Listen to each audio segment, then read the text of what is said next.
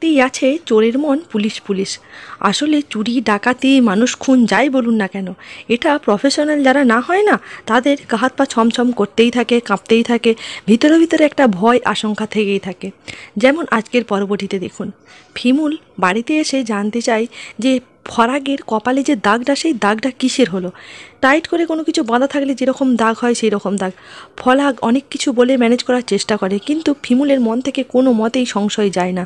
তারপরেই ফুতুলদি যখন বলে যে ভাইকে আজকে অনেকক্ষণ পাওয়া যাচ্ছিল না, অনেক ডাকাডাকিতেও পাওয়া যাচ্ছিল না, পর হঠাৎ করে উপর থেকে নেমে এসে বলে কি না আমি ছাদে ছিলাম, আমি ঘুমিয়েছিলাম। ফরাগও বলে আমি হয়তো উপরে ঘুমিয়ে পড়েছিল, মাথায় কিছু বাঁধা টাঁধা কিছু ছিল না, কিংবা যেরকম করে ঘুমিয়েছিলাম হয়তো সেখানেই কিছু দাগ লেগে গেছে। ফিমুলের তো বিশ্বাস কোনো মতেই হয় না। শাশুড়িও বলে কেমন ঘুমোচ্ছিল গো, আমি তো এতবার করে ডাকলুম, উপর থেকে এত চিৎকার করছিল। একটা মানুষ যেমন করেই ঘুমোক না কেন, ডাকলে সাড়া পাওয়া যাবে না?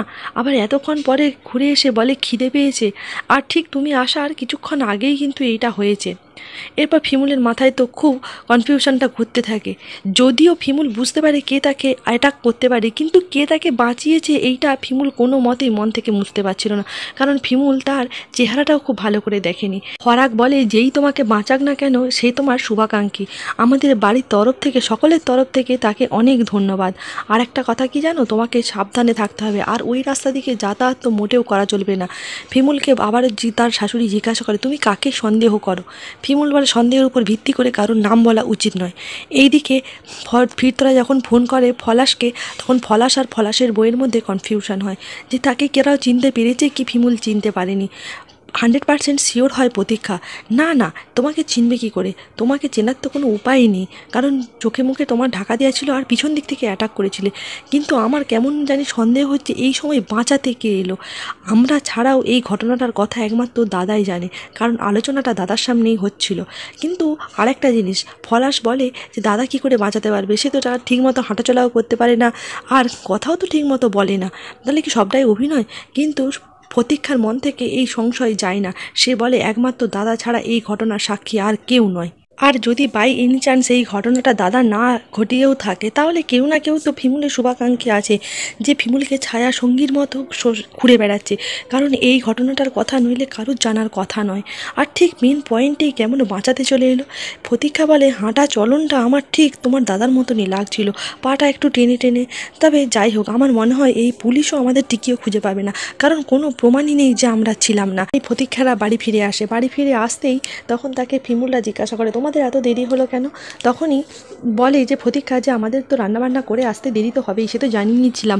হঠাৎ ফিমুলের শাশুড়ি লক্ষ্য করে যে তার ছোটো ছেলের জামাটা পাল্টানো, তখনই আবার অজুহাত দিতে থাকে যে কী বলো তো, আমাকে রান্নায় হেল্প করতে যাবে বলেছিল, ওই জন্য ডিম ফাটাতে যে ডিমের ছিটকা এসে জামাটায় লেগে গিয়েছিল, আর জামাটা গন্ধ ছিল, ওই জামাটা পরেই চলে আসছিল, কিন্তু আমি অনেক কষ্ট করে বুঝিয়ে শুনিয়ে বললাম তোমার একটা জামা এখানে রাখা আছে, এইটা পরো, করে এই জামাটা পরে এলো।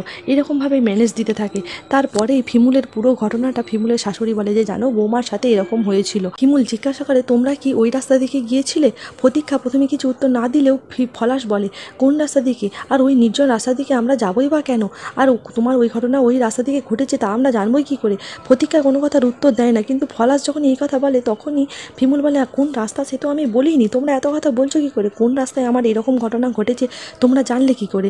তখনই ফলাশ বলে যে না না অনুমান করেছি, তুমি তো ওই রাস্তা দিকেই আসতে পারো। কিন্তু সবাই জিজ্ঞাসা করে, ফিরতো পর্যন্ত জিজ্ঞাসা করে যে ওই রাস্তার কথা তো তোমরা একবারও জানো না, আর তাছাড়া তোমার সাথে তো এই বিষয়ে ফিমুলের ডিসকাসও হয়নি, ফিমুল তো খুব বেশি দিন চাকরি পায়নি, তাই তোমরা জানলে কী করে। এই ঘটনার মধ্যেই প্রতীক্ষা আবার জানতে চাই যে তোমরা পুলিশ কেস করেছো কিনা।